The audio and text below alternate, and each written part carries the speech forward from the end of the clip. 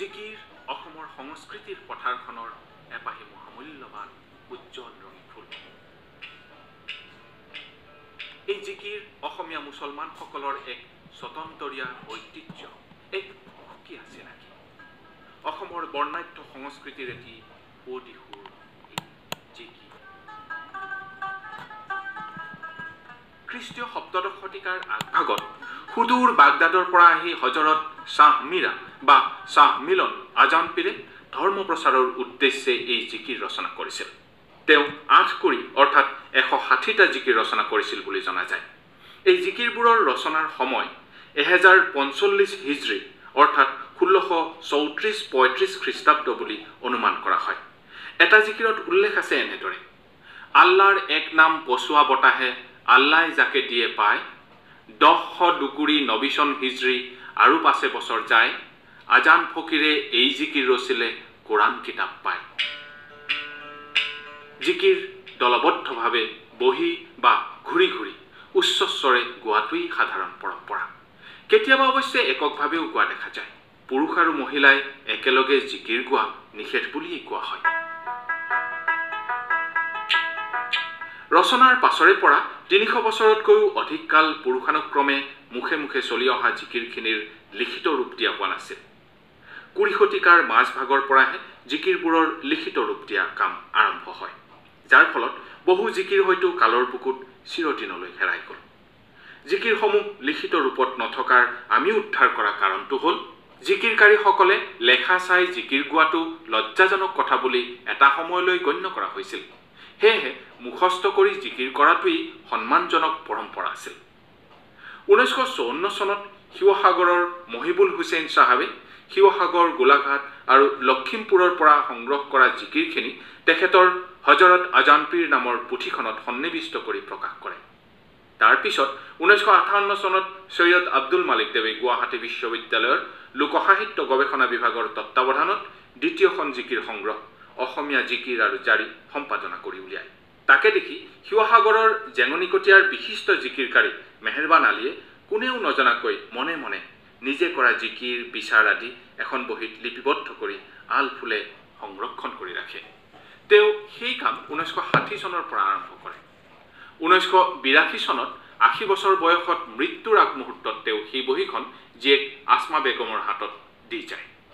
আসমা বেগমে পিছত সেইখন জেঙনিকটীয়াৰ এই বিশিষ্ট জিকিৰকাৰী মহম্মদ কেৰিমুদ্দিন আহমেদক দেখুৱায়। এই কথা জানিব পাৰি শিৱসাগৰৰ বিশিষ্ট ক্ৰীড়াবিদ তথা সংস্কৃতিকৰ্মী সৈয়দ হকিকুৰ ৰহমানে মহম্মদ কেৰিমুদ্দিন আহমেদক সাক্ষাৎ কৰে আৰু মেহেৰবান আলীৰ বহীখনত থকা 25টা জিকিৰ আৰু 4টা বিচাৰ তেওঁ সাৱলীলভাৱে গাব পৰা কথা উদ্ধাৰ কৰে। তেওঁ উদ্ধাৰ কৰিছিল যে জেঙনিকটীয়াত পৰম্পৰাগত ৰূপত চৰ্চা কৰা এই জিকিৰৰ সুৰো ইতিমধ্যে প্ৰতিষ্ঠিত জিকিৰৰ সুৰতকৈ বেলেগ।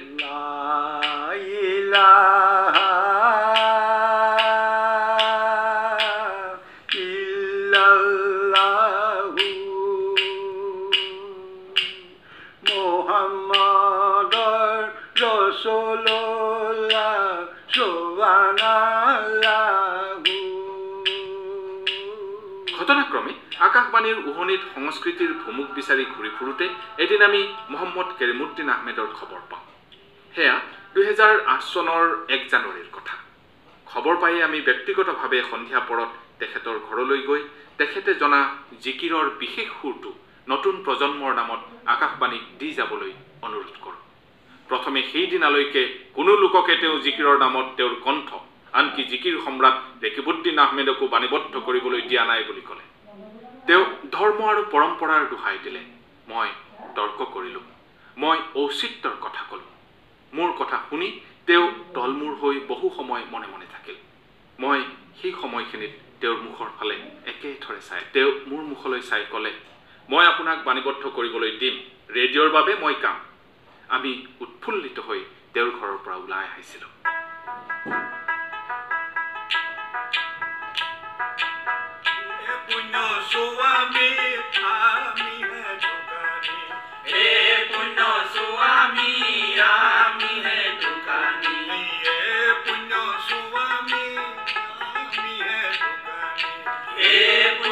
Swami, Ami hai dukani, naam Gonga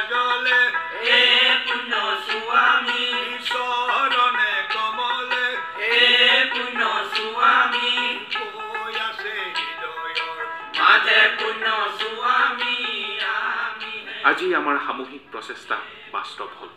Mohammad কেৰিমুদ্দিন আহমেদৰ নেতৃত্বত গোৱা 30টা জিকিৰ আমি পাণিবদ্ধ কৰিলোঁ।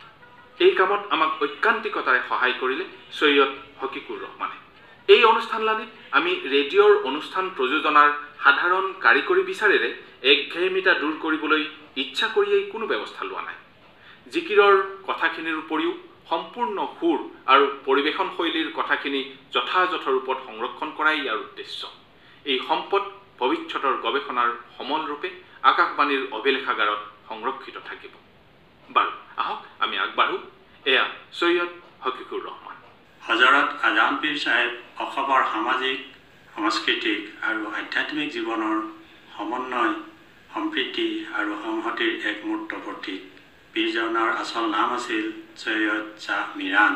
ইছলাম ধৰ্মৰ প্ৰৱৰ্তক মহাপুৰুষ হজৰত মহম্মদ 42তম বংশধৰ আছিল তেখেত। ইৰাকৰ ৰাজধানী বাগদাদ ইছলামীয় শিক্ষা, সাহিত্য, কলা, সংস্কৃতি, জীৱন দৰ্শন, ৰীতি নীতিৰ কেন্দ্ৰস্থল আছিল। এই বাগদাদতেই তেখেতৰ জন্ম। ডেকা বয়সতেই ইছলাম ধৰ্মৰ শান্তি আৰু মানৱতাৰ বাণী প্ৰচাৰৰ বাবে নিজৰ জন্ম ঠাই, আপোন পৰিয়াল, ঘৰ বাৰী এৰি খোজকাঢ়ি ভাৰতলৈ আহিলে। সপ্তদশ শতিকাৰ আগভাগতেই ভাৰতৰ দিল্লী, আজমিৰত কিছুদিন কটোৱাৰ পিছত গৌৰ দেশৰ মাজেদি অসমলৈ আহিলে। তেখেতে অসমত তেতিয়াৰ স্বৰ্গদেউ প্ৰতাপ সিংহৰ ৰাজত্বকাল দেখা পালে। পীৰ চাহেবে হাজোত কেইমাহমান থকাৰ পিছত ৰাজধানী গড়গাঁৱলৈ গুচি আহে। এই ৰাজধানীৰ কাষতেই দিখৌ নদীৰ বৰঘাট, যাক কয় সোণপুৰা ঘাট, আৰু কাষতেই সোণপুৰা গাঁও। এই গাঁৱৰ তেখেতে স্থায়ীভাৱে থাকিবলৈ লয়। সেই সময়ত অৰ্থাৎ প্ৰতাপ সিংহৰ দিনত গৌৰ, বিহাৰ, দিল্লীৰ ফালৰ পৰা অহা আৰু যুদ্ধবন্দী হৈ থাকি যোৱা বহু মুছলমান মানুহ অসমত আছিল। কিছুৱে ৰজাঘৰৰ বিষয়বাবু খাইছিল। এইবিলাক নামতহে মুছলমান। আজান দি নামাজ পঢ়া, ৰোজা ৰখা আদি কামবোৰ পাহৰি গৈছিল। পীৰে এইসকলক ধৰ্মীয় শিক্ষা দিবলৈ আৰম্ভ কৰিলে। মছজিদ পাতিলে, আজান দি নামাজ পঢ়া শিকালে, ধৰ্মৰ ৰীতি নীতি শিকালে। তাকে দেখি অসমৰ ৰাইজে তেখেতক আজান ফকীৰ বুলি ক'বলৈ ধৰিলে। আকো জানি আজানে জনা সাহেব, আকো জানি আজানে জনা সাহেব, আকো জানি আজানে জনা। অসমৰ ৰজাদিনীয়া চহাকবিৰ গীতবোৰ বৰ উপভোগ্য আৰু আনন্দদায়ক। হজৰত আজান পীৰ চাহেবে এইসকলৰ লগত, এই চহাকবিসকলৰ লগত সম্পৰ্ক স্থাপন কৰিছিল। মুখে মুখে বাগৰি অহা গীতবোৰে তেখেতৰ বিষয়ে বহু কথাৰ আমি উমান পাওঁ। আজান পীৰ চাহেব অসমলৈ অহা সময়ত অসমীয়া ভাষা গঠন হৈছিল। শ্ৰীমন্ত শংকৰদেৱ আৰু মাধৱদেৱৰ দ্বাৰা প্ৰচাৰিত বৈষ্ণৱ ধৰ্মৰ সাহিত্য, সংস্কৃতি, আধ্যাত্মিক দৰ্শন আৰু মানৱীয় আদৰ্শৰাজিৰ চৰ্চা আৰু প্ৰসাৰো ঘটিছিল। তেতিয়াই অসমত থকা বিভিন্ন সম্প্ৰদায়, জনগোষ্ঠীৰ মাজত সম্প্ৰীতি, সদ্ভাৱ, একতাৰ বান্ধোন দৃঢ় হ'ল। তেতিয়াই বিদ্বেষ, ভেদাভেদহীন বহল সমাজ গঢ়ি উঠিল। এনে এখন বহল উদাৰ সমাজ আজান পীৰ চাহেবে দেখি অতি মুগ্ধ হৈছিল। অসমীয়া ভাষাৰ এই ভেহুজালি দিয়া সময়তেই তেখেতে অৰ্থাৎ পীৰ চাহেবে তালুৰ পৰা তলুৱালৈকে নিভাজ অসমীয়া হৈ ভাষা শিকি অসমৰ কীৰ্তন ঘোষা, বৰগীত, বিহুগীত, বিয়ানাম আদি সুৰছন্দ আয়ত্ত কৰিলে। জতুৱা ঠাঁচবোৰ, উপমা যোজনাবোৰ, আৰবী পাৰ্চী শব্দ ব্যৱহাৰ কৰি সুৰীয়া জিকিৰ প্ৰায় 8 কৰি ৰচিলে। এই গীত আৰু ধৰ্মীয় সম্পৰ্কীয় কথাবোৰ আলোচনা কৰিছিল গাঁৱে গাঁৱে গৈ। এইবিলাকত হিন্দু ধৰ্মৰ ৰাইজেও অংশ লৈছিল। এই আলোচনাৰ মাধ্যমেৰে দুইটা সম্প্ৰদায়ৰ মাজত মধুৰ সম্পৰ্ক গঢ়ি তুলিছিল। হজৰত আজান পীৰ চাহেবে এক কথাত ক'বলৈ গ'লে অতিশয় দূৰদৰ্শী, বিশাল পাণ্ডিত্যৰ অধিকাৰী এজন ধৰ্মগুৰু আছিল। আমাৰ চহাকবিয়েও জিকিৰৰ গীতৰ সুৰৰ শুনি এনেদৰে কৈছে: কিনো ঈশ্বৰৰ লীলা দুদিন দিনতে কথা শিকি অমাতৰ মাত কৰালা শংকৰে বান্ধিলে ধৰ্মৰে বৰ পেৰা মাধৱে ঘোষাৰে মথে আজান ফকীৰে জিকিৰ সৰজিলে ধনীতে মৰ্মাণ্ড মোহে আকৌ কৈছে কীৰ্তনৰ ঘোষাত দুজনা গুৰুৱে ঈশ্বৰৰ ভকতি গালে একে ভকতিকে আজান ফকীৰে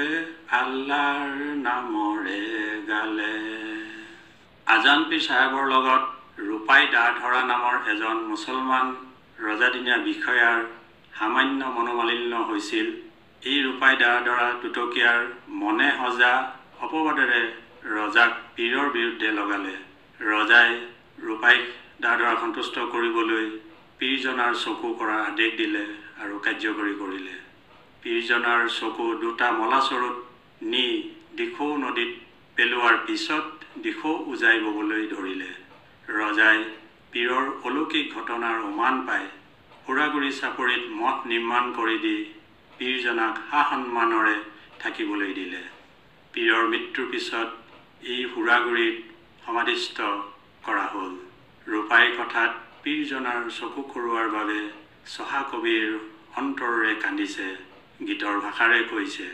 কিনো অসুৰিক হলা ও স্বৰ্গদেৱ জানিও নুবুজা হলা সাধু সন্ত ফকীৰৰ চকু দুটি কৰাই কিয় বা দুখৰ ভাগ ললা আজি হুৰাগুৰিৰ সমাধিস্থান এই পীৰজনাৰ সমাধিস্থান এক সৰ্বজনীন সমন্বয়ৰ তীৰ্থৰ ক্ষেত্ৰত পৰিণত হৈছে অসম চৰকাৰে তেখেতৰ আদৰ্শৰাজি জীয়াই ৰখাৰ বাবে 2004 চনৰ পৰা আজান পীৰ বঁটা প্ৰৱৰ্তন কৰিছে পীৰজনাই ৰচনা কৰা জিকিৰ গীত অসমীয়া সামাজিক সাংস্কৃতিক আধ্যাত্মিক জীৱনৰ এটা স্থায়ী মূল্য ৰৈ গৈছে এইখিনিয়ে যোৱা 300 বছৰে অসমীয়া সমাজৰ আধ্যাত্মিক আৰু সাংস্কৃতিক ভেটিক অধিক সুদৃঢ় আৰু সমৃদ্ধি কৰি ৰখাত অৰিহণা যোগাই আহিছে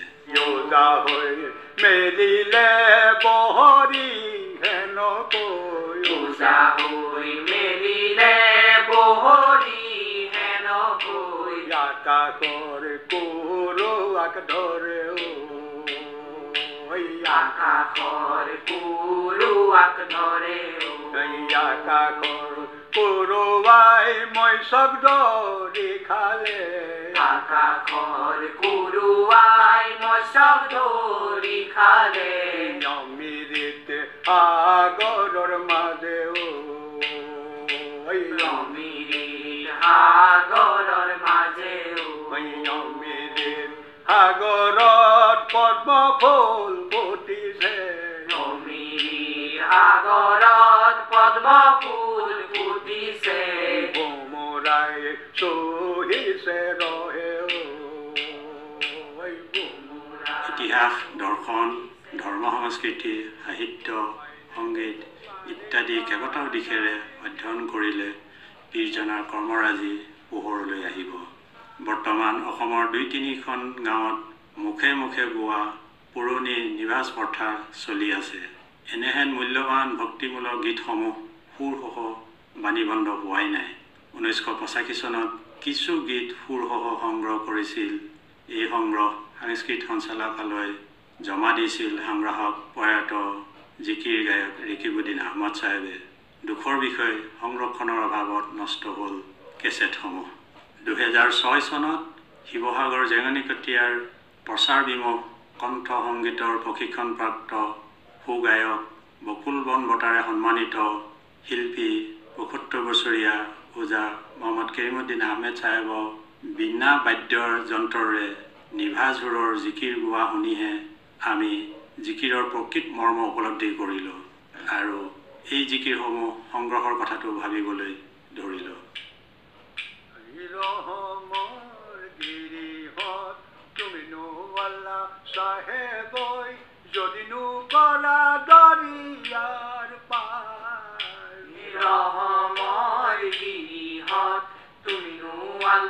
চাহেবই যদিনো কৰা দৰিয়াৰ পাৰ ৰহমৰ গিৰিহঁত তুমিনো আল্লাহ চাহেবই যদিনো কৰা দৰিয়াৰ পাৰ খোদাই নখোদাই বুলি ভাল কইনো হবালোকে ভাল কইনো হবালোকে ভাল কৰালা কোনোবাহে দুৱাৰৰ নামে ৰহমৰ গিৰিহঁত তুমিনো আল্লাহ চাহেবই যদিনো কৰা দৰিয়াৰ পাৰ ডিভাঝুৰৰ জিকিৰ বহু বিলুপ্ত হ'ল। এই জেঙনিকেতিয়াৰ ওচৰৰ কঁপুৰ কমাপতীয়া গাঁও এসময়ত জিকিৰৰ বাবে বিখ্যাত আছিল। ইয়াতো জিকিৰ গোৱা বন্ধ হৈ গৈছে 20 বছৰমান আগৰে পৰা। শিৱসাগৰ আন গাঁওবিলাকত জিকিৰ গোৱা বন্ধ হ'ল। লখিমপুৰ হেনচোৱা গাঁৱত 80 বছৰীয়া এজন গায়ক আছে। তেখেতৰ নাম মহিবুৰ ৰহমান। সকলোৱে ভদিয়া নেনা বুলিয়ে জানে। দেৰগাঁৱৰ নাহৰণি অঞ্চলত আৰু এজন 70 বছৰীয়া গায়ক আছে। নাম হৈছে বদৰুদ্দিন আহমেদ। আৰু গুৱাহাটীৰ গাড়ীগাঁও নগাঁও জাজৰিত পুৰণি জিকিৰ গায়ক আছিল, কিন্তু বৰ্তমান তেখেতসকলৰ মৃত্যুৰ ফলত পুৰণি আৰ্হিৰ জিকিৰ গোৱা প্ৰায় বন্ধ হৈ গ'ল।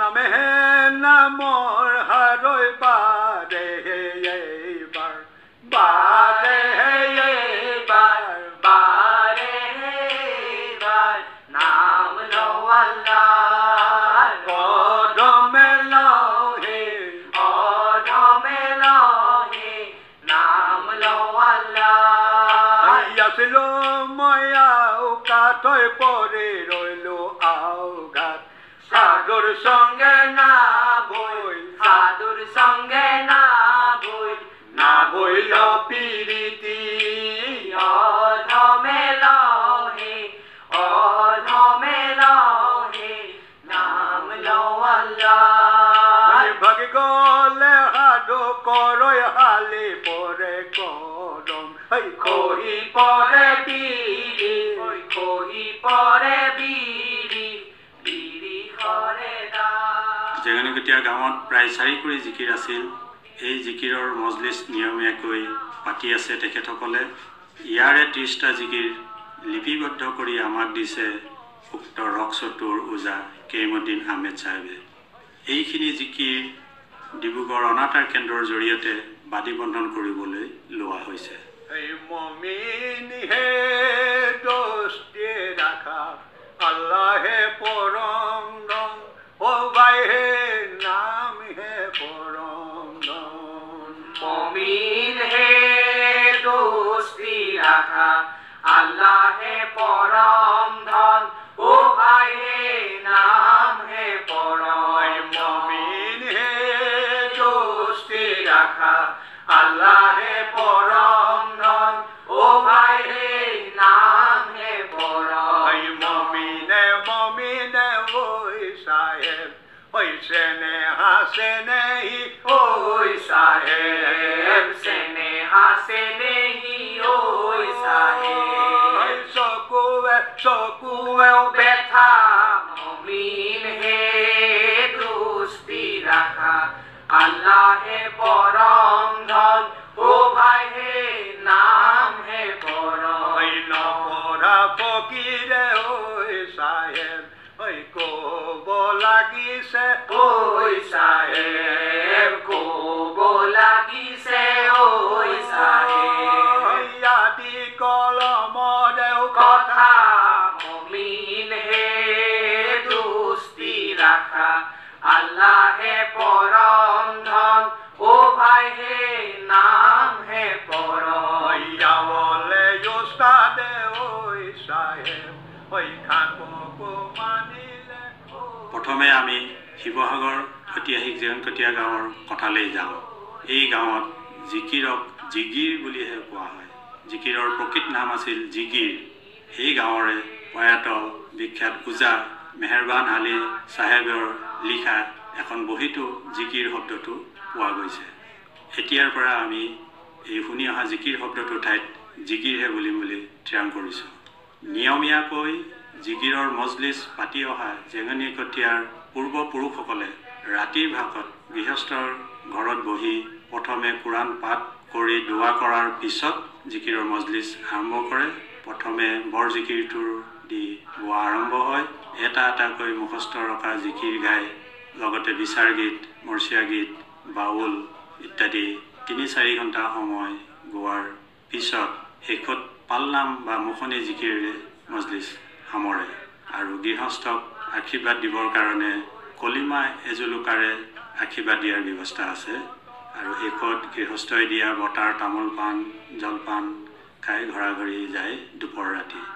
এই প্ৰথা অসমত কেৱল এই জেঙনকটীয়া গাঁৱতহে আছে। জিকিৰ চৰ্চাৰ মণিকূট হ'ল এই শিৱসাগৰ নগৰৰ পানীপোতাতে থকা জেঙনকটীয়া গাঁও।